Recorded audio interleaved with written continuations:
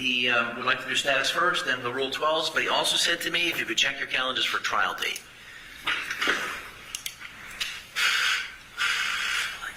All right.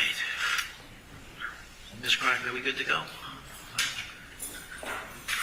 You let us on know we're ready.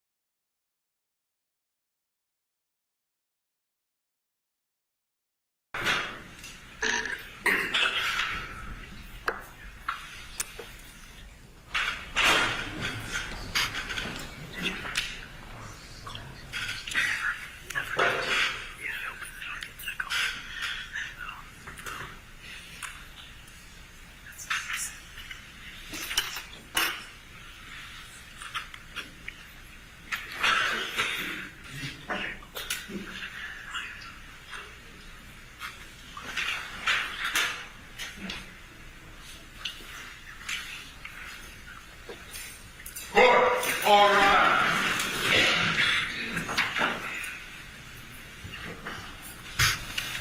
Good afternoon, folks. Good afternoon, now in session. Please be seated. Good afternoon, Your Honor. Good afternoon. All before the court is 2483 CV 692. This is the case of Paul O'Keefe et alia versus C&C Hospitality, LLC, DBA, CF McCarthy et alia. Case is called for status and for Rule 12 motions. Counsel, please introduce yourself for the record, beginning with Plaintiff's Counsel, and if you could state the party you represent as well. Thank you. Good afternoon, Your Honor. Attorney Mark Diller on behalf of the plaintiffs. Good afternoon. Good afternoon, Your Honor. Dan Buck on behalf of the plaintiffs. Okay, good afternoon. Good afternoon. Good afternoon, Your Honor. Damon Seligson on behalf of the defendant, Karen Reed. Okay, good afternoon. Good afternoon, Your Honor. Charles Waters for defendant Karen Reed. Good afternoon, Your Honor. Alan Jackson on behalf of Ms. Reed. Good afternoon. Good afternoon, Your Honor. Aaron Rosenberg also on behalf of Ms. Reed. Good afternoon. Good afternoon, Your Honor. William Kevel on behalf of Karen Reed. Got it. Okay, Good good afternoon, afternoon. Your Honor. Christopher George on behalf of the defendant, Karen Reed. Good afternoon, Your Honor. Marissa Palladini on behalf of Karen Reed. Good afternoon. Good afternoon, Your Honor. David Hassett on behalf of Waterfall Bar and Grill. Okay. I'm sorry, did you say the waterfall? Waterfall, yes, Your Honor. Got it. Good afternoon, Your Honor. Attorney General also on behalf of Waterfall Bar and Grill. Good afternoon. Good afternoon, Your Honor. Lincoln Rose on behalf of the defendant, CF McCarthy. Good afternoon. Okay, that's all the counselors. Good afternoon, folks, and welcome everyone to the event for this afternoon. When I was assigned this case last spring, the first thing I wanted to do was try to get a sense of where we all are going to fill in our tracking order and get a sense of what direction this case is going. And in the meantime, it looks like there was a motion to dismiss filed by the defendant. So What I would like to do is go through some of the procedural issues that you see in the case for now.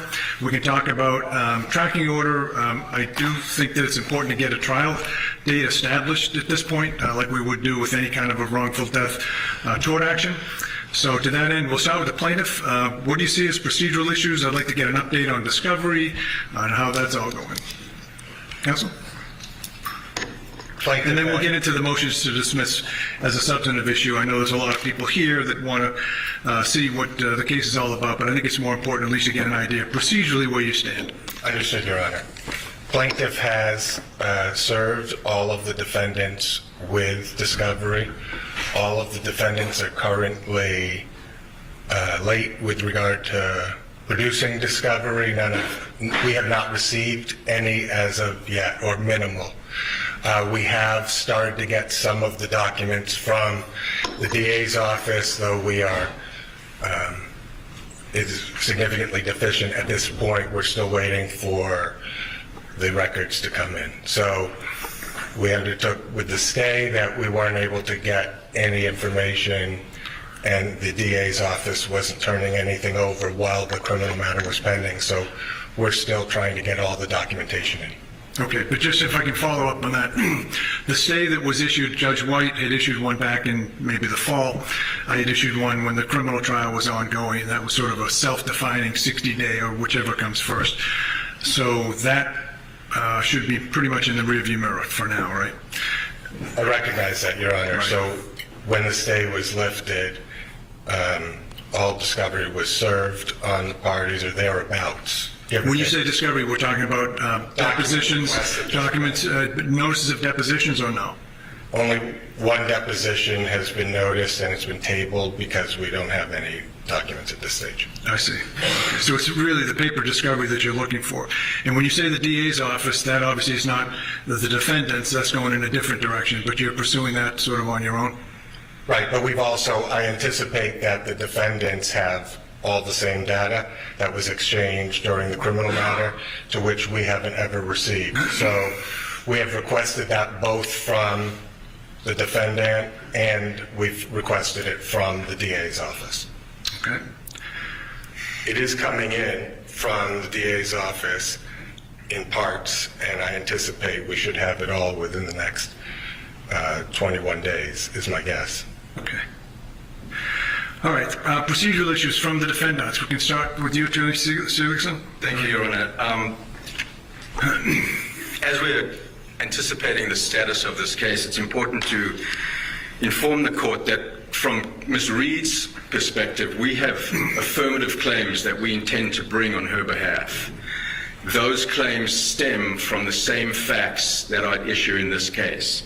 Those claims, Your Honor, are against parties that are not in the litigation at this point, including the Massachusetts State Police, Lieutenant Brian Tully in his personal capacity, Sergeant Yuri Buchanan in his personal capacity, Michael Proctor. Those claims would be in the nature of violations of Karen Reed's civil rights and conspiracy. The claims against the Massachusetts State Police would be negligent training, supervision, and retention of Massachusetts State Police troopers. We also intend, Your Honor, to bring claims, affirmative claims, against Brian Albert, Nicole Albert, Matthew McCabe, Jennifer McCabe, and Brian Higgins, who were the occupants of 34 Fairview Road in Canton on the night in question. Those claims will be in the nature of civil conspiracy, violation of Karen Reed's civil rights, and then a claim against the town of Canton through its police department for negligent failure to secure the garage in the Sally Port. We asking the court's permission to bring those claims in this case because they do arise out of the same nucleus of operative facts. In order for us to fairly defend Ms. Reed in this case, those claims, those parties need to be asserted in this case. What we'd like to ask the court's indulgence for is we have a proposal of how to bring those claims in, given the voluminous nature of this case. That would be 10 additional parties coming in.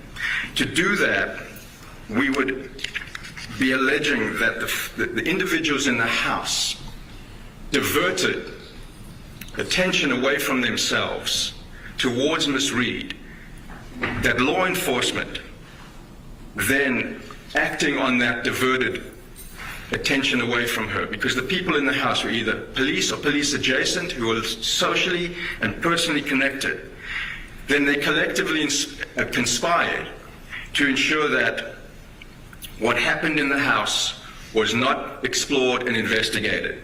And instead, Ms. Reed was wrongfully targeted, maliciously prosecuted, made to face 2 criminal trials for the death of John O'Keefe, and is now facing allegations of wrongful death, all stemming from the same claims. How do we synthesize the process to bring these claims and parties in? What we're asking the court to consider is for us, at the time we file her answer to the complaint, we've got some claims that we're asking to be dismissed. Regardless of how the court decides those, we still have to file an answer on her behalf. Our suggestion would be to file those claims against those parties in the same pleading. Serve all of those new parties with that complaint. Allow them 30 days, not the normal 20 days, to respond, so the court can have one hearing on whether some may bring dispositive motions, some may file general answers, so that we can then decide how and who is in the case and proceed forward. So I bring that to the court's attention. And I'm happy to brief it so that Mr. Dillard can have an opportunity. Well, at a minimum, you're going to do that. I'm envisioning what the plaintiffs are going to say to this rather extraordinary process, but go ahead. But that would be, otherwise it's going to be in a very unwieldy, delay-inducing process, and we're not looking to do that. This accounts for trying to conserve judicial resources, trying to have a streamlined approach, at the same time making sure that all the claims and all the parties are in this case. The alternative would be for us to file a separate action on Ms. Reed's behalf, alleging these claims, and then move to consolidate immediately with this case, which Your Honor has broad discretion to allow. The point being, the claims should be in this case. They all arrive out of the same facts. They're not separate. And that's essentially what we'd like to do. We'd like to brief that, Your Honor, and have the plaintiffs respond and then proceed from there. Okay. All right. Let's hear it then from the Waterfall. Yes, Your Honor. We are in the process of completing written discovery propounded to us from the plaintiff for order extension until next month. We anticipate that will be completed then. We as well. When you say an extension, this is an agreed-to extension? Agreed. Because the tracking order is what it is. We'll get to that in a little bit. It's been agreed to, Your Honor. Okay. And then, Your Honor, we're looking at depositions, but we don't want to consider noticing depositions yet until a lot of the document requests have been answered and the subpoenas for keeper of records. We haven't seen any of the records. We're aware of them certainly from the criminal trial, but when there are a lot of records, as I understand it, that are still to be produced, so that we would then proceed with depositions as warranted in conjunction with counsel and obviously picking dates that work for all. But that's what we foresee in the immediate future, Your Honor. All right. Thank you. Let's hear from C.F. McCarthy, then. Your Honor, on a similar vote as to Waterfall, we were putting the finishing touches on our discovery responses. The last leg of it is just collecting communications from employees the night of the incident, some of whom no longer work with C.F. McCarthy's, but we anticipate having that included in the very short term and getting that over to my brothers. Okay. All right, thank you. Let's hear from the plaintiffs then in terms of response to the procedural issue that was raised in particular by Ms. Reed's counsel. Are you aware of the circumstances that they're seeking to join 10 additional defendants into this action? Absolutely not, Your Honor. It's the first notice you've gotten? Of course, I would expect Not how the court that, system likes this stuff to work, folks. Right, I would expect the courtesy of a meet and confer to at least let me know. Obviously, they can choose not to do so. That's their prerogative, but I certainly would have liked to have been made aware. Section 1983 actions, I believe, Your Honor, would have to go up through the federal court. We're not seeking to have this case removed in the federal court. We started in the state court. We're intending to move forward in the state court. We would like to have a state court Plymouth jury decide this case. So to the extent that my brothers and sisters and all of those who are involved believe that they have other legal rights and they want to pursue other legal theories, that's their prerogative to do so. When it comes to interfering with our opportunity and right to justice, we're not looking to sideline that, Your Honor. All right. Any response, counsel? Thank you, Your Honor. We are asking for permission to serve a motion to advance this procedural proposal. So Mr. Diller is not being surprised by the argument that we're going to present to the court. He will have an opportunity to respond. There's no requirement that civil rights claims be brought in federal court. In fact, this court has jurisdiction over those claims. They all stem from the same facts, Your Honor. In the plaintiff's complaint, there are allegations that we need those parties to defend against. This is not just a wrongful death action. Our narrative of what took But place. it is, though. It's the plaintiffs. Well, just hear me out for a second. When you say that it's not just a wrongful death, that's what the plaintiffs have alleged. The defendants have filed motions to dismiss portions of those. So this, at its essence, is a wrongful death action being brought by the plaintiffs, right? So what you're seeking to do is to be allowed to amend these proceedings and to effectively bring in 10 other defendants for the claims that the defendants have against those third parties that aren't noticed here, right? So you've got to procedurally give them notice as well as the plaintiffs notice of this event before it goes to any adjudication by the court. And that's what we've built into this proposal, which is trying to streamline that process, not depriving them, the new parties, of the opportunity to argue both the procedure as well as the substance. And we're suggesting, instead of serving party X with a third party motion for a complaint, then that party opposes it, then the court rules, then that party perhaps is brought into the case and then brings another motion to dismiss substantively. We're not seeking to... Isn't that what the rule requires? The rule does require that, but the court has discretion to consider the streamlined approach, and we'd like to brief that for Your Honor, but we're raising it at the status conference so that, because we are scheduling deadlines and events out into the future, we'd like to at least have the opportunity to advance that argument for the court and allow Mr. Diller to respond to it, and then we will act accordingly. That's the purpose of the disclosure of this today, Your Honor. All right, so I don't know that there's any ruling by the court today that would have to be made relative to that, because it isn't even filed yet, so that there's nothing before the court. So ideally, what my instructions to the clerk's office by setting this event up was to get a trial date from you folks and then work backwards, like we would do with any wrongful death tort action, which this case is. I take exception to the defendant's notion that this is not just a tort action. It is. That's what it is. It's a civil case. I know there's a lot of people who are interested in this case, but at its heart, there are at this time eight parties involved in this case, correct? Yes, There's 5 for the plaintiff, and there's 3 for the defendants, 2 corporations and Ms. Reed. So that's the way the case is shaping up. You've got your tracking order, so you understand what the deadlines are now. I have the tracking order, I think, basically shows this case as having discovery. Yeah, your discovery is supposed to close August of next year. Your Rule 56 motions to be done by October-ish of next year. Final pretrial conference February of 2027 with judgment by August 26th of 2027. So that's what the tracking order has in store as the case stands now, right? I mean, we could get you a trial date way sooner than that if you wanted to. I mean, literally, I could, the clerk and I were talking earlier before today's proceeding, and I may end up having to suspend, depending on what the circumstances. We were charging the jury on a homicide case earlier today. So we have a deliberating jury right now, so I don't know that I may have to suspend and then rejoin here in a little bit. But for now, so you understand it, we could get you a trial date as soon as practically this spring on this case, but to join 10 new defendants under wholly separate theories for people that haven't even been joined yet in this litigation puts that on its head. There's no way you wouldn't even have this procedural process outlined by the spring, most likely. I understand that, and that's the dilemma that we're trying to bring to the court's attention, because there is going to be an affirmative pursuit. Well, you're saying an affirmative. You said earlier affirmative defense in this case, which those would not be affirmative defenses.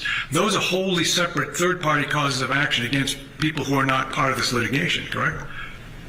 So it's not an affirmative defense. It's not an affirmative defense in the traditional sense, but it is part of the defense in the face of the wrongful death claims. The wrongful death claims stem from the same facts that the affirmative claims would be seeking to be pursued against. So it is the same set of facts. If we were to file a separate action, Your Honor, where Karen Reed is the plaintiff and these parties that I've identified are the defendants, we would be pursuing down two separate pieces of behemoth litigation when we can consolidate them at the same time.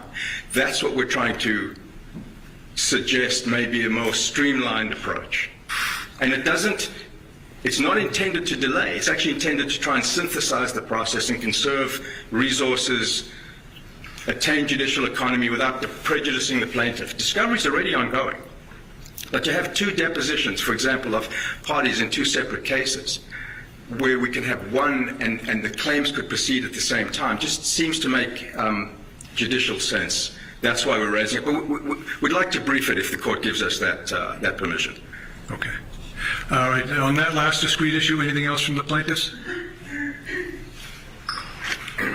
We have served them with discovery, asking them, they have a burden if they're going to do affirmative defenses to establish that there are third parties who are responsible here.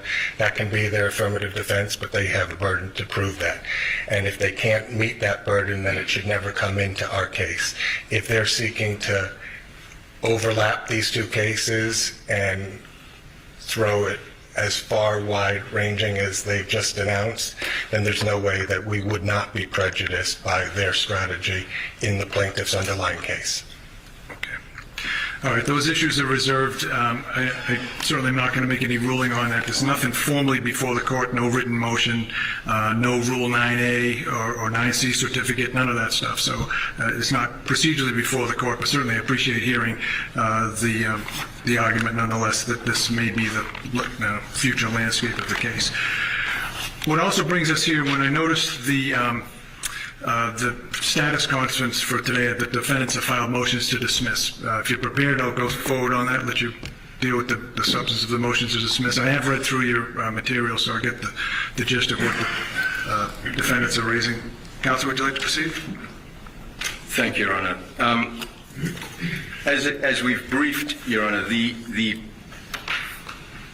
counts that are at issue in the motion to dismiss are counts 13, the counts 10 through 13. They are infliction of emotional distress claims. As we have presented in our papers, none of the plaintiffs observed the alleged incident that is described in the complaint. None of the plaintiffs came upon the decedent in close enough proximity to state a claim for emotional distress. There is the cases, Your Honor, limit when a claimant can claim emotional distress. The cases talk about temporal, spatial, and relational limitations.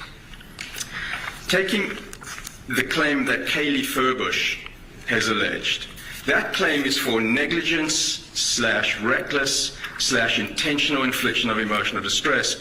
And the basis of that claim is that there was a discussion on the telephone or discussion after Karen Reed had left 34 Fairview in Canton and had somehow started to fabricate a story about what had taken place. Kaylee Furbush was not at the scene. And the perception of someone dying is not an actionable claim under any case that we can find in Massachusetts state law. So she wasn't at the scene, didn't come upon the decedent, and therefore doesn't have the same types of proof, at least as pled in the complaint, that would satisfy the limitations that the case law sets out, the temporal, the spatial, and the relational. With respect to the claims of emotional distress that have been brought by John O'Keefe's mother, father, and brother, again, they were not witnesses to the event. They came upon him many hours later. There are cases, and particularly the Cohen case that is cited in our brief, that speaks to the time that passes between an alleged event and when a family member or a bystander witnesses the consequences of that alleged event. And in that Cohen case, the court speaks to the fact that the mother of a young man that died in a plane crash didn't get to find out about it until many, many, many hours later, and the court denied the right to pursue an emotional distress claim. More importantly, Your Honor, there is a remedy here. If for the sake of argument, there is a remedy here through the wrongful death statute. And the wrongful death statute compensates for the types of harms that are alleged in the complaint. So what we're asking the court to do is to dismiss out the emotional distress claims because they are duplicative and allow the plaintiffs to pursue the wrongful death action singularly.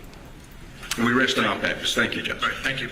So let's turn to the other defendants if they want to be heard. You've filed separate motions essentially arguing the same relief, but if you have anything you want to add, you certainly can. The Waterfall? Yes, Your Honor. We have the Waterfall just very briefly. I think the distinction here that counsel's making is that these claims, these infliction of emotional distress claims are intended when you're in the zone of danger or you're a recipient witness. And in this instance, it's many, many hours later that the parents are seeing the decedent in the hospital. I think it's after 7:50 a.m. And so based on what the Cohen case states and in terms of the principles that the courts have applied here, it just isn't, from a relational standpoint, close enough in proximity to be able to advance this type of claim.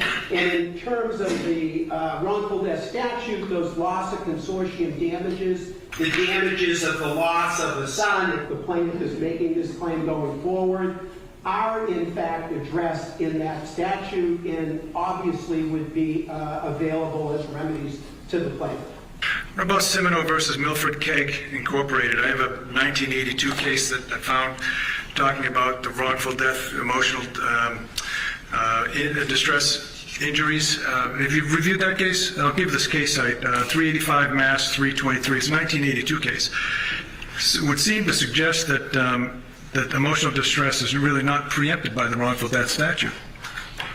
Your Honor, I think the wrongful death statute alone would not necessarily cover all of the damages, but my argument would be more in line with the argument that in terms of where they are in relationship to the accident, since it wasn't witnessed, and since it wasn't immediately thereafter that they came upon the scene in a roadway, in a driveway, and observed the decedent, I would argue, Your Honor, based on that, that that's a problem for the plaintiff moving forward, and that that would be the court's consideration. I appreciate, Your Honor, that there are some differences in the wrongful death statute and emotional distress claims. Okay, thank you. Ferreter versus Daniel O'Connell's sons, a case that goes back to 1980, also kind of speaks to that issue too.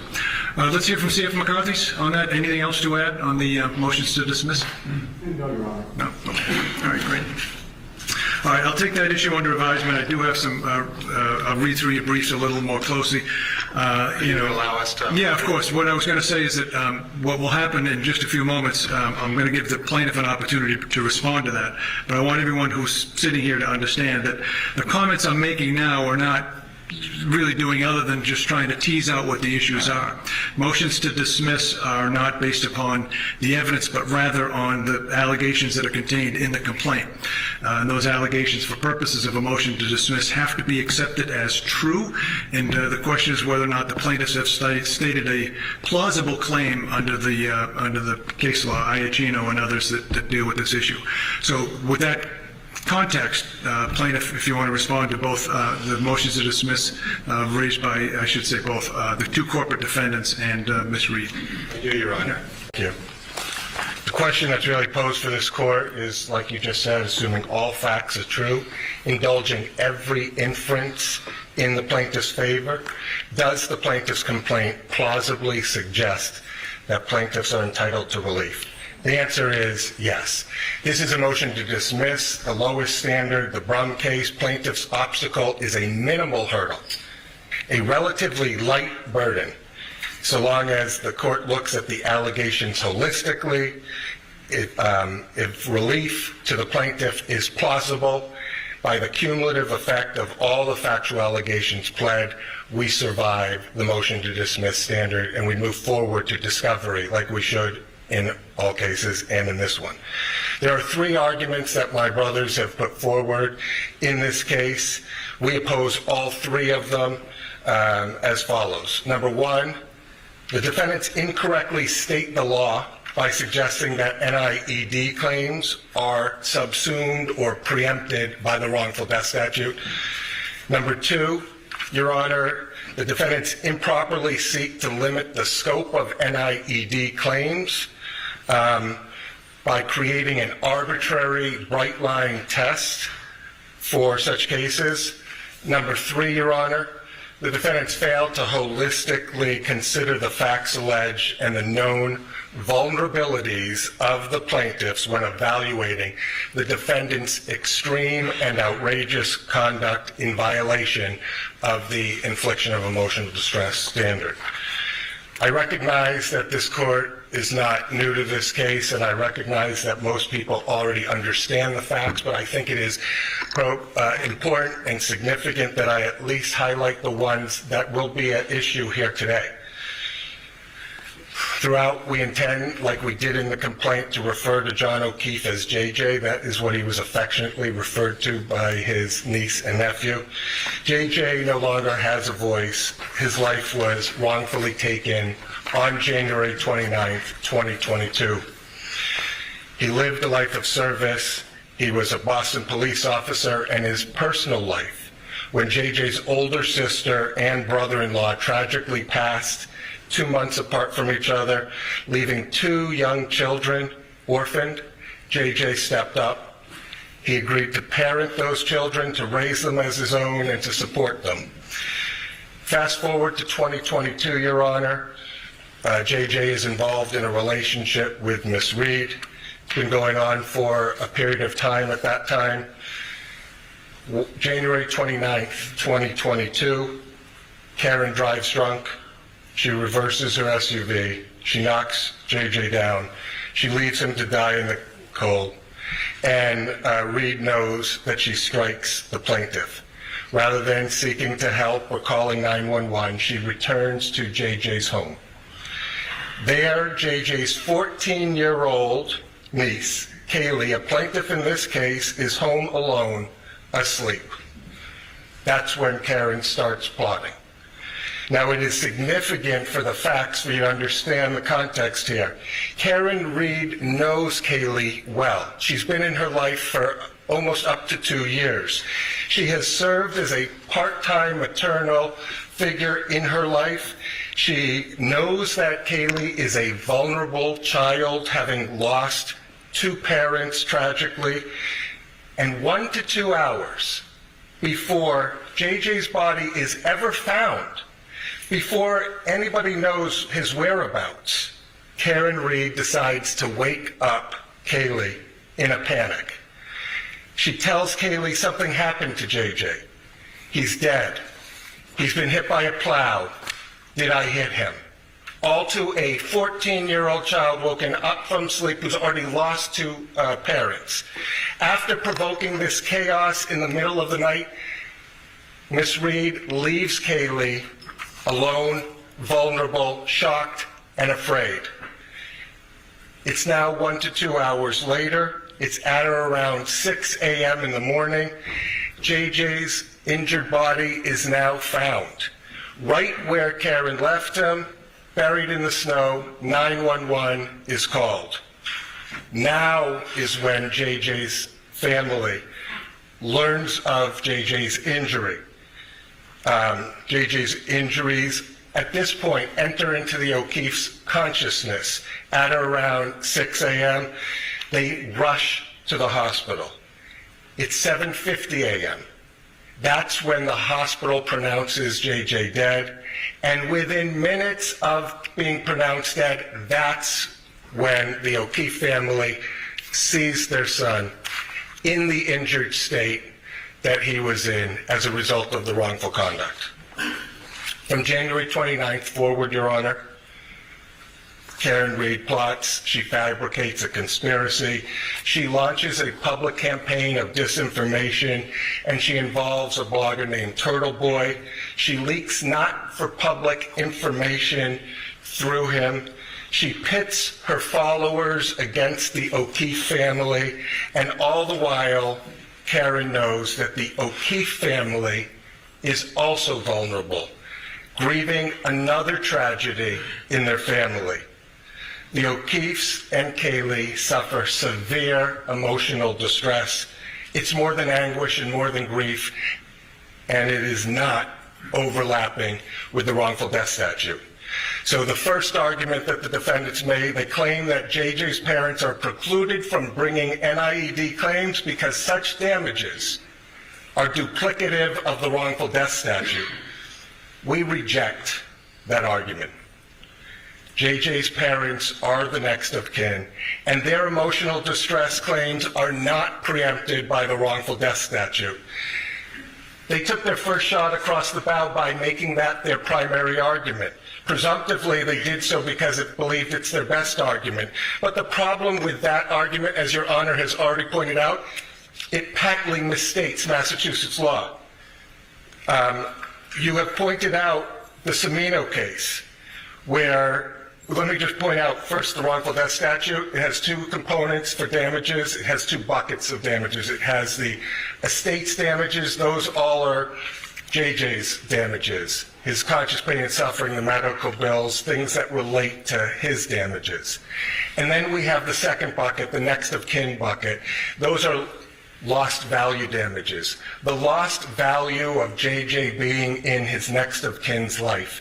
And in that case, Your Honor, it is just the parents. Now, they suggest that those are overlapping with the NIED, but Your Honor was right to point out the Cimino case, where a drunk driver kills a 9-year-old boy. The father of that 9-year-old boy brings a case against the drunk and the bar for over-serving him. The father brings two separate causes of action, one for wrongful death, one for NIED, negligent infliction of emotional distress. The court held in that, and I quote, argument that plaintiff's claim for emotional distress is preempted by wrongful death action misconstrues the common law cause of action for emotional distress. Emotional distress, as the concept has evolved in the Commonwealth, is a severe psychological shock directly resulting from experiencing or witnessing the effects of the defendant's conduct. A claim for damages based on emotional distress, the court says, does not include an administrator's claim for loss of consortium, which will be present in every wrongful death action such as this. Since emotional distress is a wrong to plaintiff distinct from what was done to his son and the statutory beneficiaries of the decedent, it is not a duplicative remedy. It is not preempted by the wrongful death statute, and that's page 334 of the Cimino case, Your Honor. Cimino still remains good law. You were right to point that out. It directly contradicts everything that my brothers just argued here in this court, and I see no reason why this court should overturn the good standing law that exists under the Cimino. We ask that Your Honor deny the motion to dismiss for that first argument. The second argument that they make, Your Honor, is that the plaintiff's NIED claims are not sufficiently contemporaneous with the alleged accident because the family sees JJ 7 hours after the accident. That the law does not endorse such a narrow, arbitrary interpretation of the law.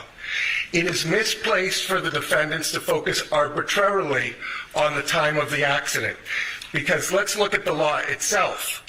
The liability for NIED depends on a number of factors: where, when, and how the injury enters into the consciousness of the plaintiffs. And it also requires the degree of relationship between those plaintiffs. But I repeat, where, when, and how the injury enters into their consciousness. It is misplaced for the defendants to suggest that it matters that plaintiffs were not at the scene of the accident, because, as you pointed out, the Farrader case stands in the exact opposite, where the plaintiff who rushes onto the scene and finds his loved ones injured has no greater entitlement to emotional distress for that shock than a plaintiff who rushes to the hospital, so long as the shock follows closely on the heels of. It is misplaced for the defendants also to suggest that there is a bright line test for the number of hours that passes between the time of an accident and when the injury enters into the consciousness of the plaintiffs.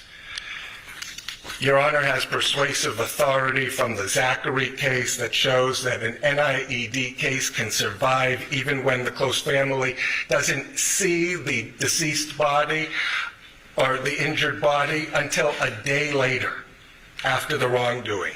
There is no bright line test. NIED is a fact-intensive analysis. And when we apply the law to the facts of this case, let's look at where, when, and how the injury enters into the consciousness of the people that we're bringing those cases for. It's 12:30 a.m. and nobody except Karen Reed knows about JJ's injuries. Defendant's wrongdoing continues into those early hours. She knows she struck him. She seeks no medical help. Instead, she chooses to cover it up and hides the injuries from anyone. It's not until 6 a.m. that JJ's injuries are even capable of getting into anyone's consciousness. The O'Keefe family immediately learns of JJ's injury, and they, closely on the heels, they rush to the hospital, at which time they see the deceased body within minutes of him being declared dead.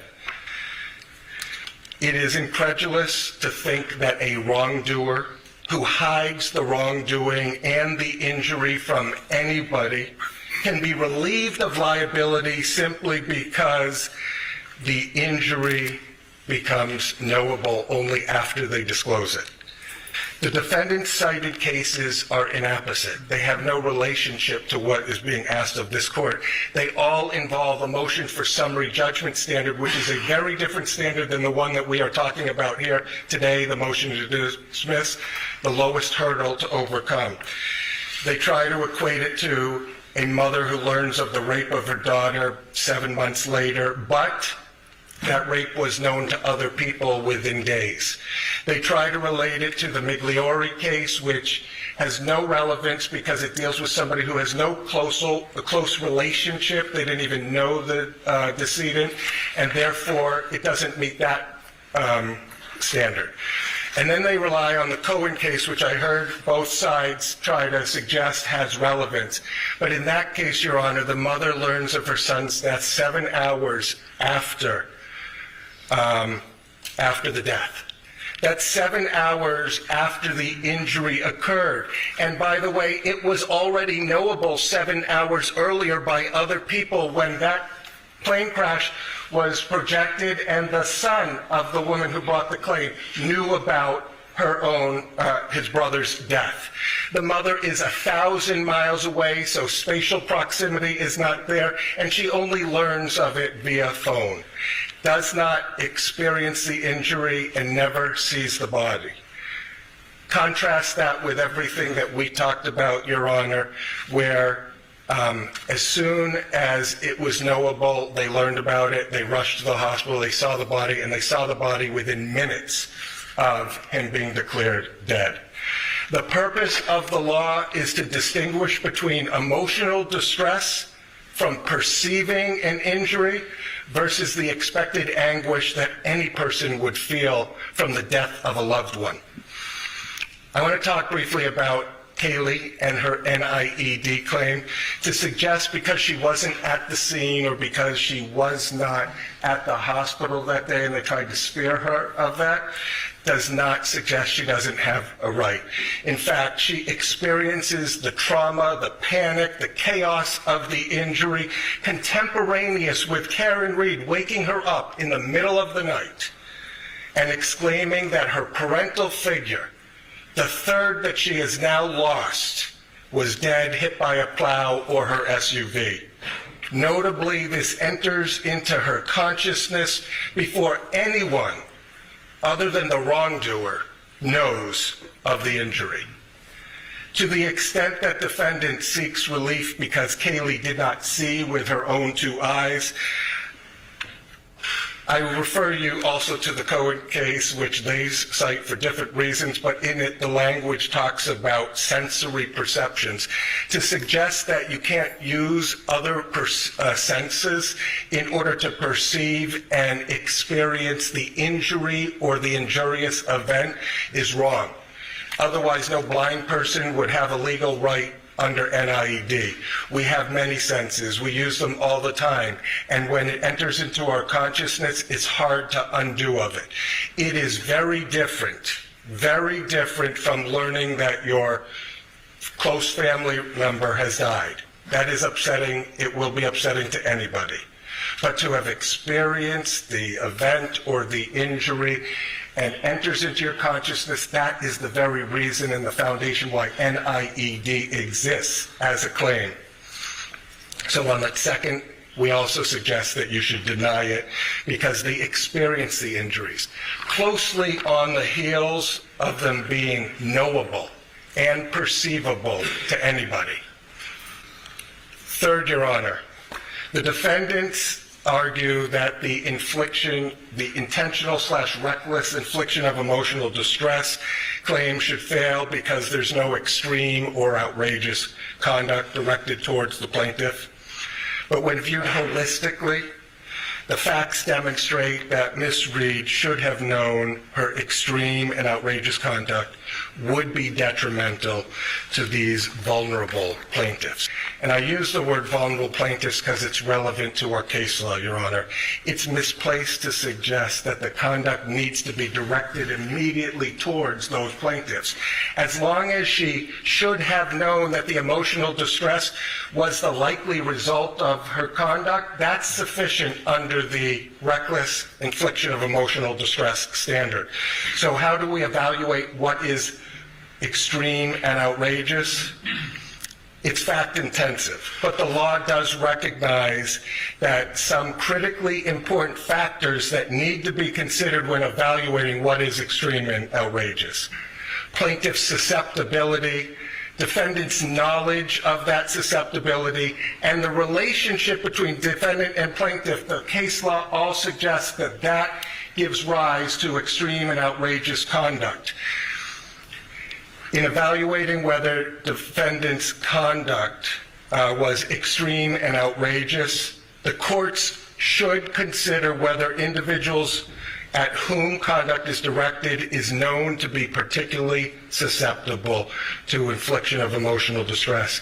Boyle versus Wenck, 1979 case we cited to, Your Honor. Our case law has recognized susceptibilities to evaluate extreme and outrageous conduct to be a recent hospitalization in the Boyle case, a cancer patient in the Harrison case, elderly or frail people in the Bailey case, or children, minors, based on their age in the Sarkonis case, all that we've cited to, Your Honor, and I'm happy to give you cites. The law in Roman versus Trustees of Tufts College says, as it relates to this, the court should put as harsh a face on the defendant's actions as the basic facts would reasonably allow. The relationship of a plaintiff to the defendant and her knowledge of the plaintiff's sensitivities is an important consideration in determining whether the challenge conduct satisfies the extreme and outrageous conduct. That's the Russell case. Let's talk about Kaylee as it relates to the infliction of emotional distress. Should defendant Karen Reed have known that emotional distress was the likely result of her conduct? Was defendant's conduct extreme and outrageous? Those are the questions that ultimately we pose to a jury. Kaylee was young, 14 years old. The defendant had a relationship with her, knew she was emotionally fragile, knew she was orphaned at the age of 6, knew that she lost both parents tragically. The defendant assumed this pseudo-parental role with Kaylee for nearly up to 2 years. The defendant, Ms. Reed, knows that she knocked JJ down. It's in the middle of the night. She wakes up Kaylee abruptly. She talks about JJ being dead, being struck by a plow, being struck by a vehicle. Mind you, this is all hours before anybody has even discovered his body, and she is now actively talking about him being dead. Then, after creating this chaotic, upsetting situation in this young, fragile girl's psyche, she leaves her. She leaves her home alone, shocked and frightened. Compound that by defendant's choice to speak her false narrative publicly, to use social media, to leak public information through Turtle Boy, to control that narrative. Why is Turtle Boy out there saying the O'Keefe's family period of grief has expired and they are now fair game? Who leaked the autopsy photos that got published by Turtle Boy for this vulnerable family to have to be exposed to that they weren't seeing before? To the extent that the defendant argues that this is not extreme and outrageous, remember the law. It is the jury's role to decide whether the defendant's conduct was rude and clumsy or extreme and outrageous. That comes right from the case law. As it relates to the family, Your Honor, should the defendant, Karen Reed, have known that emotional distress was the likely result of her conduct? Was defendant's conduct extremely outrageous? Again, those are the questions posed for a jury ultimately. But the law says conduct which the actor should have known would result in distress is actionable. And the plausibility standard, the motion to dismiss standard, which is where we're at right now, Your Honor, simply calls for enough facts to raise a reasonable expectation that discovery will reveal evidence of the illegal conduct. Margaret and John have now buried 2 children. Paul has buried all his siblings. Defendant always knew this. She has always known their vulnerability. And yet she creates a calculated and malicious campaign of disinformation designed to hide the truth in this case. She pits the O'Keefe family versus the Reed family, and a reporter who she asserts editorial control publicly proclaims to Reed supporters, the O'Keefe family's period of grief has expired and they are now fair game. Discovery will track how much leaked information defendant should have known would result in distress to the O'Keefe family. To the extent that the defendant suggests that this case fits nicely within any other case decided on this issue, remember the facts and circumstances here are exceptional. We wouldn't have these TV cameras or a full courthouse if they weren't exceptional. That is why we are here, Your Honor. It doesn't fit within a nice box like every one of those cases I cite.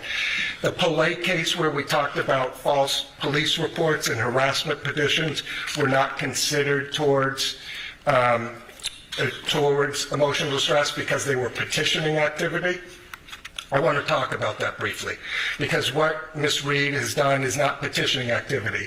It is not asserting a defense within a courthouse or having her legal counsel assert that defense or testifying at a court hearing. Instead, What Karen Reed is doing is not petitioning at all. She is waiving her Fifth Amendment privilege. She's speaking anywhere and everywhere that would give her a friendly audience with editorial control.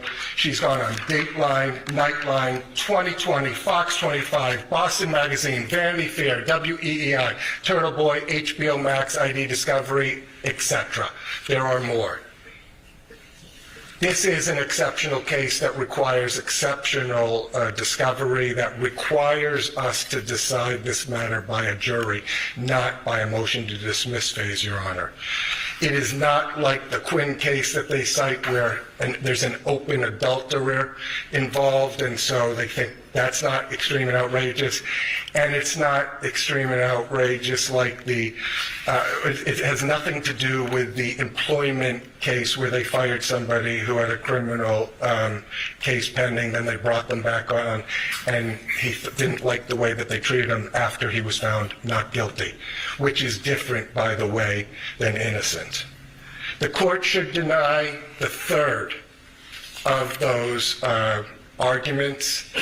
They should know that plaintiff's susceptibility and vulnerability are at issue in this case and are the very reason and foundation why it is extreme and outrageous conduct, and that defendants' improper actions would cause severe emotional distress. Defendants' actions were not rude and clumsy. They were extreme and outrageous.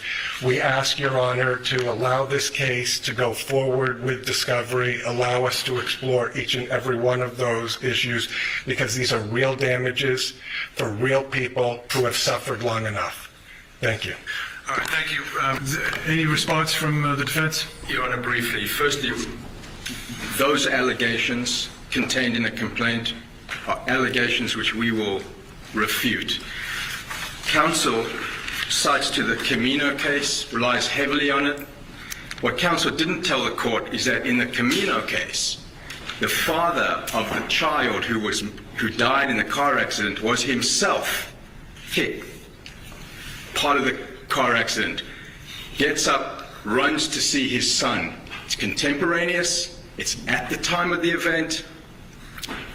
And the court didn't have the same spatial, relational, and temporal concerns that the cases speak to with respect to emotional distress claims. So I point that out for the Your Honor. He also mentioned much about conspiracy theories, much about going out in the public and creating a narrative, which is precisely the reason why we're going to brief the issue about why those other parties need to be in this case. As I'd said, it is more than just a wrongful death action, Your Honor.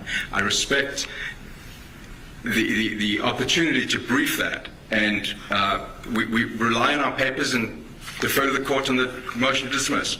All right, thank you. Any other defendants wish to be heard on the issue? Anything else? All right, thank you.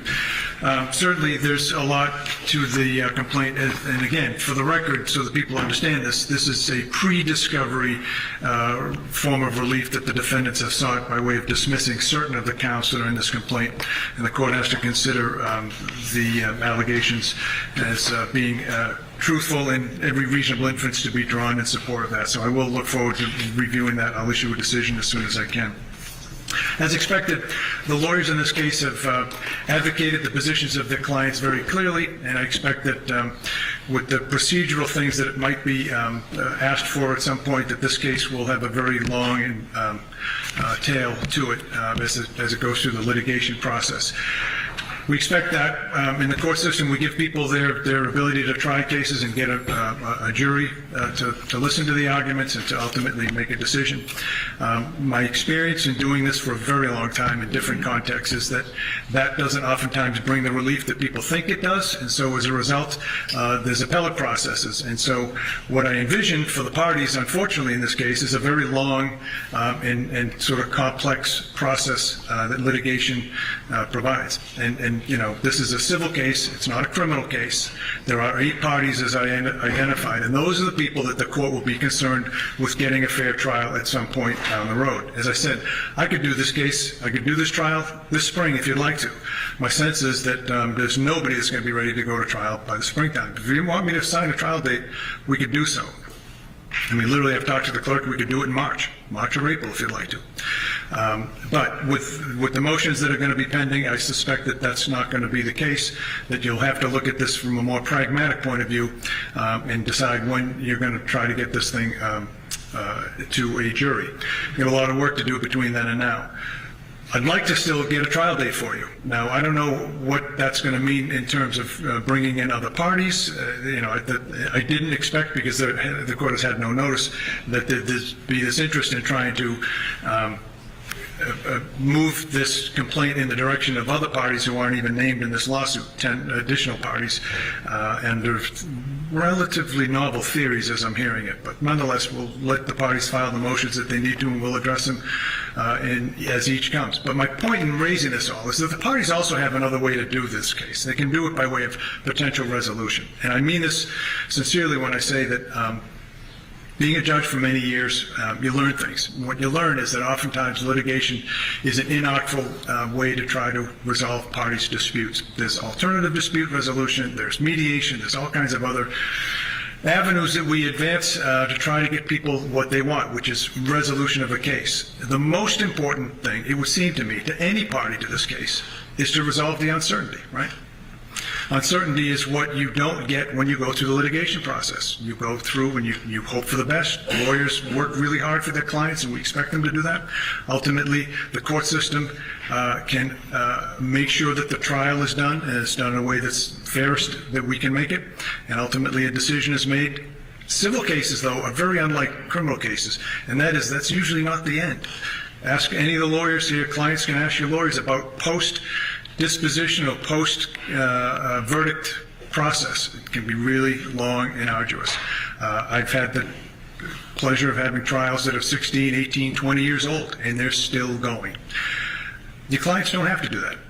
The clients can try to put some efforts, at least as much effort in the litigation process as trying to resolve it. Why do I say that? Because resolving cases resolves uncertainty, which is perhaps the most important thing any client can get in a case.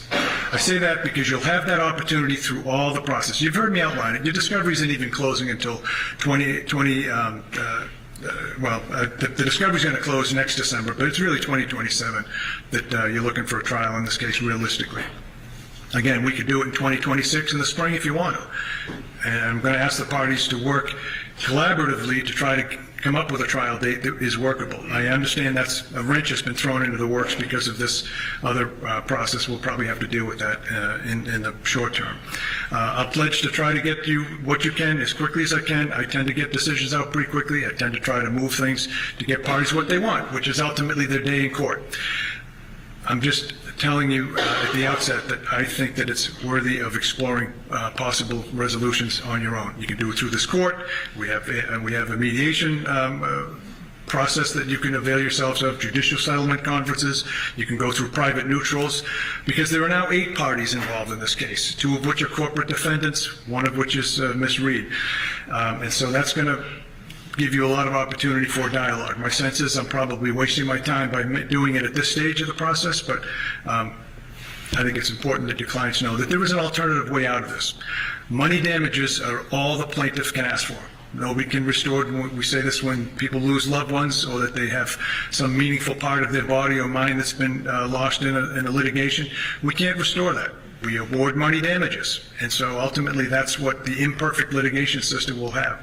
Knowing that, there's a huge opportunity to try to resolve a case like this, and I would urge the parties to have very frank discussions with their lawyers about that, and ask yourselves, is it worth going forward with all the uncertainty? And I'm not going to explore with your clients what everybody has to lose. Everyone knows that. If I were representing a plaintiff in this case, I would tell them all about things like the time it takes to get to litigation, what we have the burden of proof. Yes, it's easier with a burden of proof that's by a more likely than not standard versus a proof beyond a reasonable doubt, but still, it's a burden of proof nonetheless.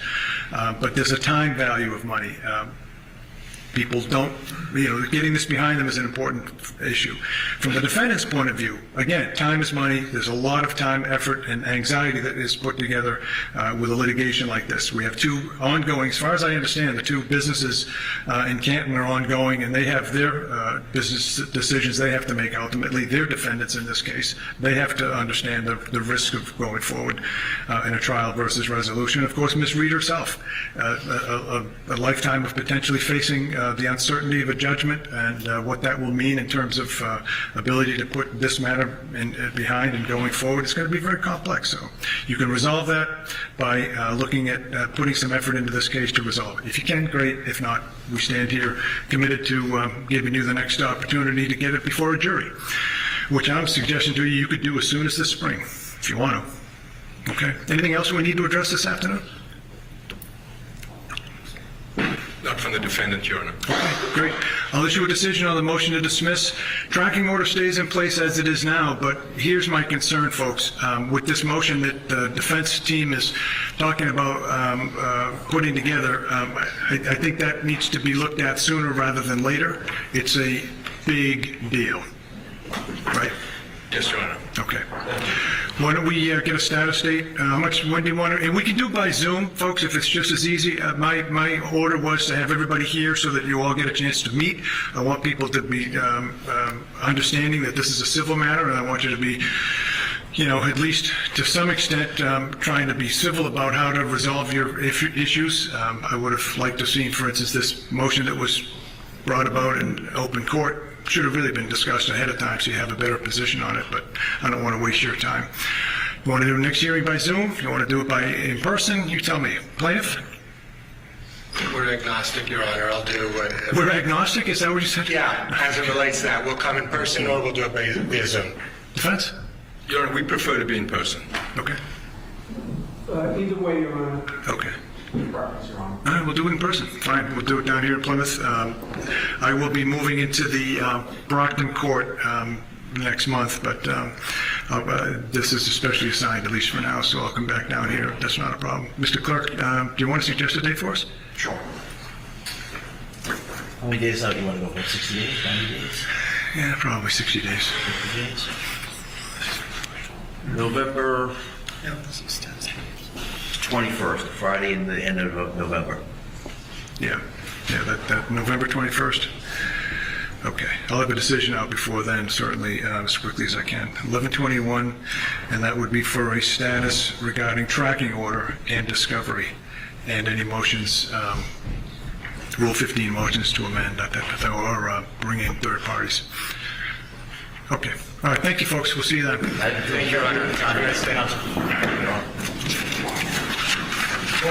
All right. Nothing with the jury? I don't think so. Nothing with the jury?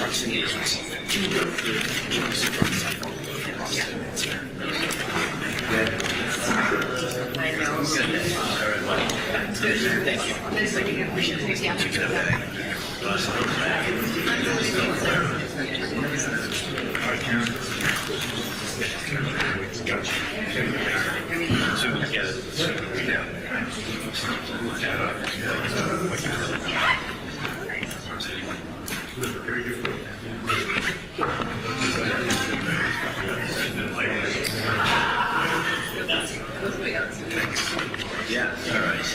Yeah. Thank you. Well, I guess we're trying. Yeah.